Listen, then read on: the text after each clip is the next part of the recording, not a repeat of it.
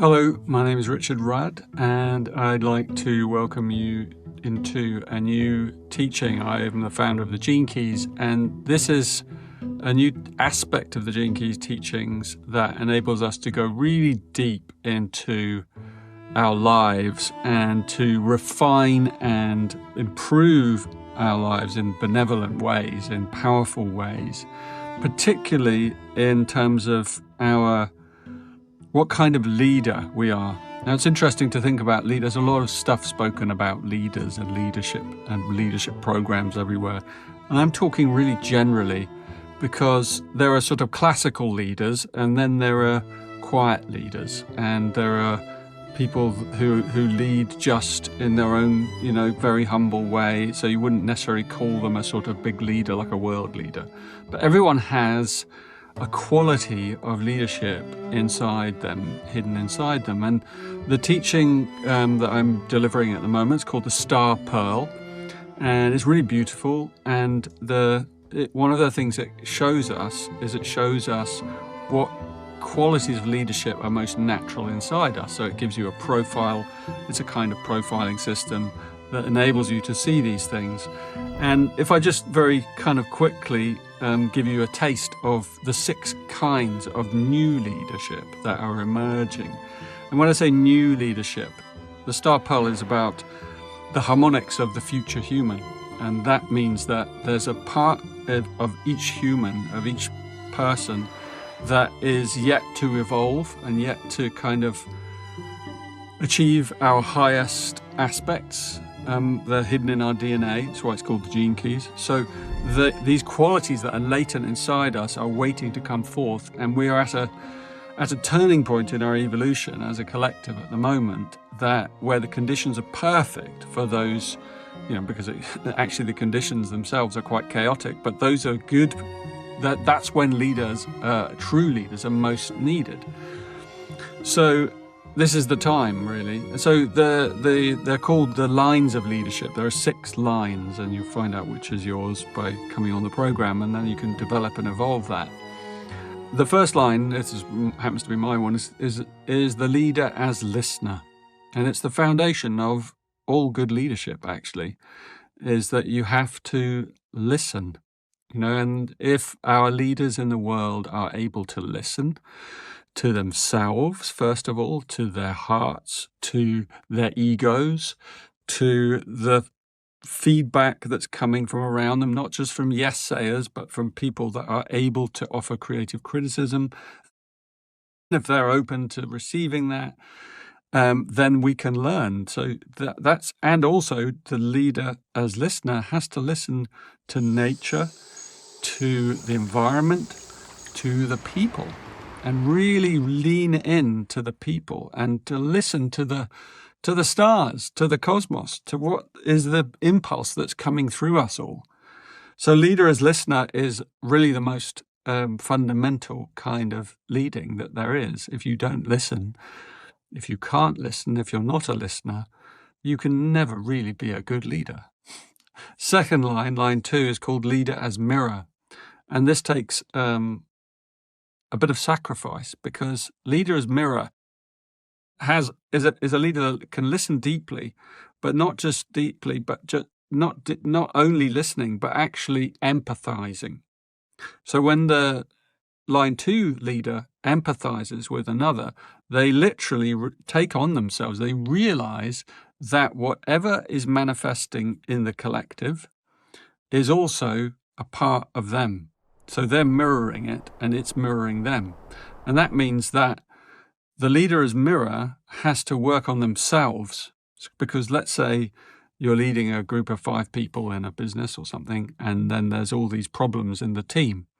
The leader as mirror is the person that actually says, well, this is me. This is actually, as a leader, this is actually me that's causing this. And it doesn't mean you're directly causing it, but it means that as the source of that group, there is something inside you that has manifested in that group. And therefore, you have to take ownership of that and responsibility for that quietly inside yourself. You don't have to do that publicly.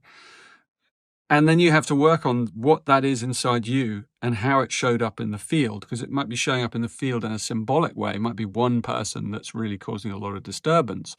And then you have to look into yourself and go, well, what is that one person in me? Which voice in me is that representing? That's the leader as mirror. And then as you heal and address that issue in you, it starts to be dealt with in the field as well. So it's powerful. The third line is leader as catalyst. And leader as catalyst is the one, they come in and they create kind of deliberate disturbance, and create ripples in the field because they are energetic and enthusiastic and passionate and dynamic.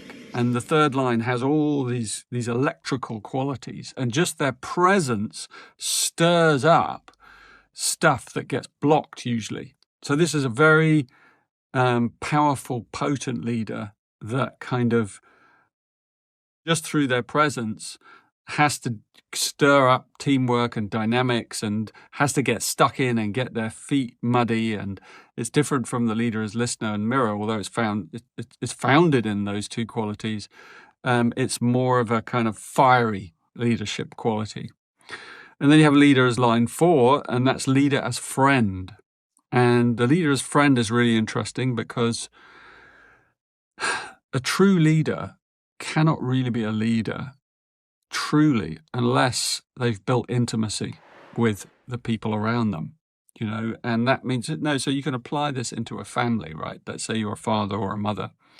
Then you're living out leader as friend, and that doesn't mean you have to, own, friendship is has boundaries as well, right? But it is about creating intimacy, and it's about sharing and looking someone in the eye and sharing and being a little bit vulnerable at times, and so that the other has permission to be vulnerable as well. You're not like this leader who's above others.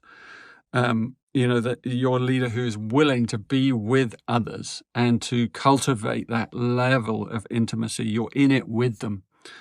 And it's a very potent form of leadership that's emerging because it creates more of a hierarchical leadership base as opposed to hierarchical, which is the old-fashioned form of leadership. And sometimes that hierarchical leadership is needed, and sometimes the leader as friend, it's like a good friend, will tell you when you've overstepped the mark. So sometimes leader as friend, the fourth line leader, will step out of that kind of standard friendship model and will speak their truth and give you some serious instruction or feedback that may not be as comfortable. So it has layers and nuances in it. Each one of these has nuances, and you come to explore them if you decide to come and explore this teaching. And then line 5 is leader as sage, and the sage is the one who has solutions, practical solutions, wisdom that can just come out. And the leader as sage doesn't really know where they get their solutions from. They're humble in that way. They just well up and they're just waiting for you to come and access them. And so they're like a well, and you throw your bucket down the well, but if you don't access them, they can't deliver that wisdom. So a lot of the time, the leader as sage is actually not directly leading. They're waiting for others to come and use them. And then they're accessible and available. So it's a different style of leadership from the directing leadership, the one that's always calling the shots and telling others what to do. This is more of a passive leader, but it can be very powerful and potent. And that's the beauty of leader as sage. And then finally, the line 6 is called leader as bodhisattva. Bodhisattva is a Hindu Buddhist term in ancient tradition, and it means the one who has given up their enlightenment to come back to the earth and teach and share and offer their service to the whole. And so there's a sacrifice at the line 6 level where they're coming back into the world and they are offering all their gifts in service to the whole. And so the line 6 has all kinds of layers of gifts, but they're there with you, and they're there, they're kind of brokering the new form of leadership. And they're spreading this leadership, which is rooted in a deep ethical sort of view because they are the futuristic visionary leaders. They see far, far ahead for the rest of us. And then they bring that and they come down and include themselves in the group or in the community in order that vision that they have can be shared throughout the community. And so they are the living pulse of any community or any family or any group. And that's leader as bodhisattva. So you can come and find out more about these terms and these types of leadership and which one you are and you may be a blend of several. And come and explore the Star Pearl with us. It's going to be an amazing opportunity to explore, the harmonics of the new human and how to attune your life at all the levels, from relationships to community, to where you live, to your health, to your business or your work life or your retirement or your children, or all of that is encapsulated. A whole life is encapsulated, and it's about improving the harmonics of your whole life. So if that sounds good, come and join us. It's a big journey. We hope to see you there.